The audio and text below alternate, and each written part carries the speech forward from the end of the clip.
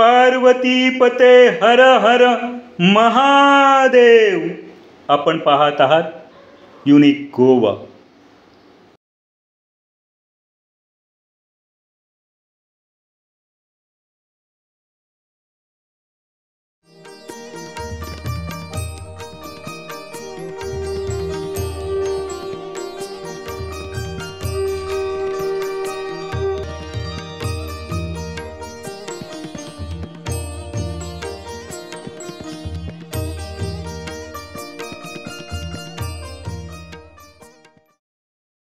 नमस्कार.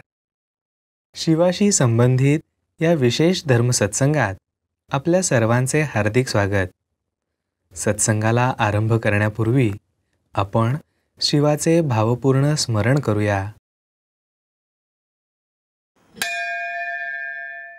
मृत्युंजयाय रुद्राय नीलकंठाय शंभवे अमृतेशाय शर्वाय महादेवाय ते नमः. भगवान शिवाची स्तुती करणाऱ्या या श्लोकाचा अर्थ आहे, ज्याने मृत्यूवर विजय प्राप्त केला आहे, असुरांना ज्याची भीती वाटते, ज्याचा कंठ निळा आहे, जो कल्याणकारी, अमृताचा स्वामी आणि मंगलमय आहे, अशा सर्व देवतांमध्ये श्रेष्ठ असलेल्या भगवान शंकराला मी वंदन करतो. देवतेची आध्यात्मिक माहिती मिळाल्यावर त्या देवतेप्रती आपला विश्वास वाढतो. विश्वास वाढल्याने उपासना चांगली होते. उपासना चांगली झाल्यावर मनात भाव निर्माण होतो. त्यामुळे आपल्या मनात त्या देवतेप्रती श्रद्धा निर्माण होते. या विशेष सत्संगात आपण भगवान शिवाशी संबंधित अध्यात्मशास्त्रीय माहिती समजून घेणार आहोत. शिव स्वयंप्रकाशी आहे आणि तो संपूर्ण विश्वालाही प्रकाशित करतो. शिवाचे एक नाव आहे शंकर. शंकर म्हणजे कल्याणकारी. शिवाला देवांचे देव म्हणजे महादेव या नावाने सुद्धा ओळखले जाते. शिवाचे आणखीन एक नाव आहे महाकालेश्वर. महाकालेश्वर संपूर्ण विश्वाचा अधिष्ठाता देव म्हणजे क्षेत्रपाल देव आहे. आता पाहूया शिवाचे मूर्तिविज्ञान. शिव ध्यानस्थ मुद्रेत असतो. शिवाच्या मस्तकावरून वाहणारी गंगा हे ज्ञानगंगेचे प्रतीक आहे. शिवाने मस्तकावर चंद्र धारण केला आहे, म्हणून त्याला भालचंद्र म्हणतात. चंद्र ही ममता, क्षमाशीलता आणि वात्सल्य या 3 गुणांची संयुक्त अवस्था होय. शिव त्रिनेत्रधारी आहे. शिवाचा डावा डोळा हा त्याचा पहिला डोळा आहे. शिवाचा उजवा डोळा हा त्याचा दुसरा डोळा आहे. शिवाचा तिसरा डोळा भ्रूमध्यापासून म्हणजे दोन्ही भुवयांच्या मध्यभागापासून थोड्या वरच्या बाजूला सूक्ष्म रूपाने आहे, म्हणजे तो स्थूल दृष्टीला दिसत नाही. शिव त्रिनेत्रधारी आहे, म्हणजे तो भूत, वर्तमान आणि भविष्य या 3ही काळात घडणाऱ्या घटना पाहू शकतो. शिवाने शरीराच्या विविध भागांवर भस्म धारण केले आहे. शिवतत्वाचा मूळ रंग भस्मासारखा आहे. भस्म वैराग्याचे प्रतीक आहे. शिवाने शरीरावर 9 नाग धारण केले आहेत. मस्तकावर 1, गळ्यात 1, प्रत्येक हाताच्या दंडावर 1, प्रत्येक मनगटावर 1, कमरेवर 1 आणि प्रत्येक मांडीवर 1. व्याघ्रांबर हे शिवाचे आसन आहे. व्याघ्रांबर म्हणजे वाघाचे कातडे. वाघ क्रूरतेचे म्हणजे रजतम गुणांचे प्रतीक आहे. अशा वाघाला म्हणजेच रजतमाला नष्ट करून शिवाने रजतम गुणांवर विजय मिळवला आहे. आता पाहूया शिवाचा परिवार. पत्नी पार्वती, मोठा मुलगा श्री कार्तिकेय, धाकटा मुलगा श्री गणपती, शिवगण, शिवदूत, आणि वाहन नंदी हा शिवाचा परिवार आहे. यापैकी पाहूया नंदीची अध्यात्मशास्त्रीय माहिती. वृषभ रूपातील नंदी हे शिवाचे वाहन आहे. नंदीला विकसित पौरुषाचे प्रतीक मानले आहे. आता पाहूया नंदीच्या मूर्तीचा भावार्थ. नंदीच्या मूर्तीकडे लक्षपूर्वक पाहिल्यास लक्षात येते की तो बसलेला आहे. त्याचा समोरचा एक पाय अर्धा उभा आहे आणि अन्य 3 पाय दुमडलेले आहेत. नंदीच्या 4 पायांचा भावार्थ आहे सत्य, तप, दया आणि दान. सत्ययुगात धर्म, सत्य, तप, दया आणि दान या 4ही अंगांनी परिपूर्ण होता. त्रेतायुगात धर्माची, तप, दया आणि दान ही 3 अंगे उरली. द्वापर युगात धर्माची, दया आणि दान ही 2 अंगेच उरली. कलियुगात दान हे एकच अंग उरले.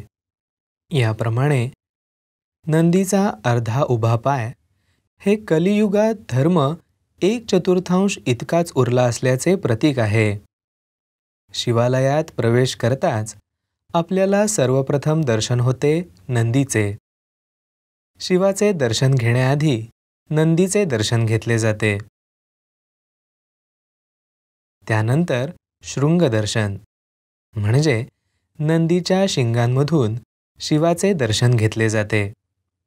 पाहूया शृंगदर्शनाची पद्धत. श्री गुरुचरित्रात सांगितल्यानुसार शृंगदर्शन करताना नंदीच्या उजव्या बाजूला त्याच्या मागच्या पायांजवळ बसावे अथवा उभे राहावे. आपला डावा हात नंदीच्या वृषणावर ठेवावा. नंतर उजव्या हाताची तर्जनी म्हणजे अंगठ्याजवळचे बोट आणि अंगठा ही 2 बोटे नंदीच्या 2 शिंगावर ठेवावीत.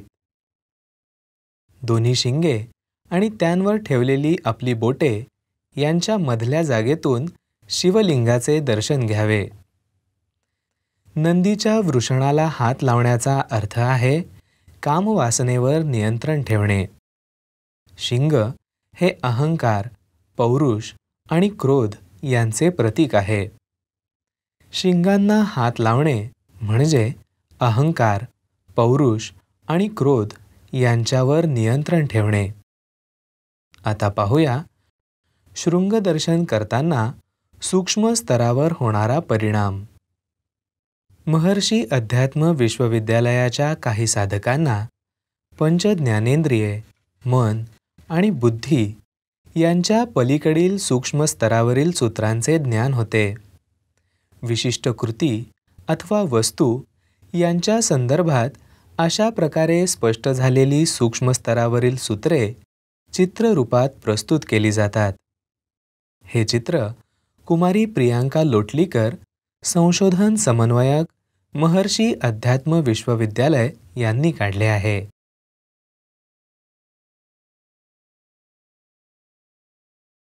शिवतत्वाचे वलय पिंडीमध्ये निर्माण होते.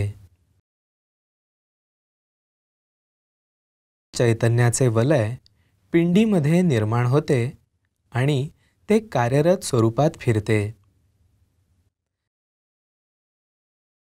चैतन्याच्या प्रवाहाचे व्यक्तीकडे प्रक्षेपण होते. शक्तीचे वलय शिवपिंडीमध्ये निर्माण होते आणि ते कार्यरत स्वरूपात फिरते. शक्तीच्या लहरींचे व्यक्तीकडे प्रक्षेपण होते. व्यक्तीच्या देहातील त्रासदायक शक्ती दूर होते. या चित्रातून शृंगदर्शन करण्याचे महत्त्व लक्षात येते. शृंगदर्शन केल्याविना सरळ जाऊन शिवाचे दर्शन घेतल्यास दर्शन घेणाऱ्या व्यक्तीला शिवपिंडीतून निघणाऱ्या तेज लहरींमुळे काही त्रास होऊ शकतात.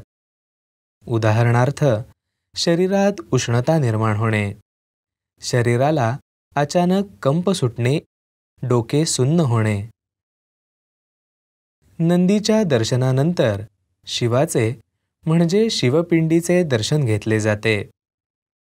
पिंडीचे दर्शन घेताना पिंडी आणि नंदी यांच्यामध्ये उभे न राहता पिंडी आणि नंदी यांना जोडणाऱ्या रेषेच्या जवळ नंदीच्या डाव्या बाजूला उभे राहावे अथवा बसावे. याचे शास्त्र समजून घेऊया एका चित्राच्या माध्यमातून. शिवपिंडी आणि नंदी यांच्यामध्ये उभे राहून दर्शन का घेऊ नये? हे चित्र सनातन संस्थेच्या सद्गुरू सौ अंजली गाडगीळ यांना प्राप्त झालेल्या ज्ञानावर आधारित आहे. शिवाकडून प्रक्षेपित होणारा शक्तीचा प्रवाह सर्वप्रथम नंदीकडे आकृष्ट होतो. त्यानंतर नंदीच्या माध्यमातून ही शक्ती आवश्यकतेनुसार वातावरणात प्रक्षेपित होते. या प्रक्रियेमुळे शिवपिंडीचे दर्शन घेणाऱ्या व्यक्तीकडे शिवाकडून प्रक्षेपित होणाऱ्या शक्तिशाली लहरी सरळ येत नाहीत. त्यामुळे त्या व्यक्तीला या शक्तिशाली लहरींचा त्रास होत नाही. शिवपिंडीचे व्यवस्थित दर्शन घेण्यासाठी नंदीच्या पुढे जाऊन पिंडी आणि नंदी यांना जोडणाऱ्या रेषेच्या डावीकडे उभे राहतात.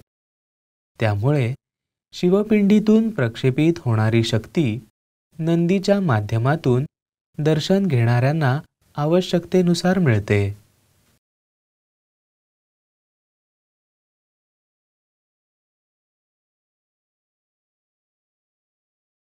या सत्संगात सांगितलेली माहिती आणि साधनेसंबंधीचे मार्गदर्शन सनातन संस्थेने प्रकाशित केलेल्या ग्रंथांमध्ये उपलब्ध आहे. शिवाच्या संदर्भातील अधिक माहिती समजून घेण्यासाठी आमचा पुढील सत्संग अवश्य पहा. तोपर्यंत नमस्कार.